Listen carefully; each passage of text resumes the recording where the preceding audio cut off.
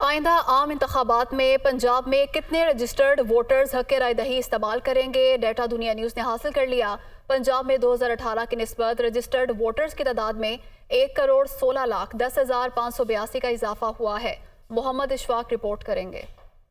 آئندہ عام انتخابات میں پنجاب میں کتنے رجسٹرڈ ووٹرز حق رائے دہی استعمال کریں گے؟ ڈیٹا دنیا نیوز نے حاصل کر لیا۔ پنجاب میں 2018 کی نسبت رجسٹرڈ ووٹرز کی تعداد میں 1,16,10,582 کا اضافہ ہوا ہے۔ الیکشن کمیشن کی دستاویزات کے مطابق پنجاب بھر میں رجسٹرڈ ووٹرز کی مجموعی تعداد 7,23,10,10,582 ہو گئی ہے۔ مرد ووٹرز کی تعداد 3,87,20,067 ہے، جبکہ 3,59,90,515 خواتین ووٹرز ہیں۔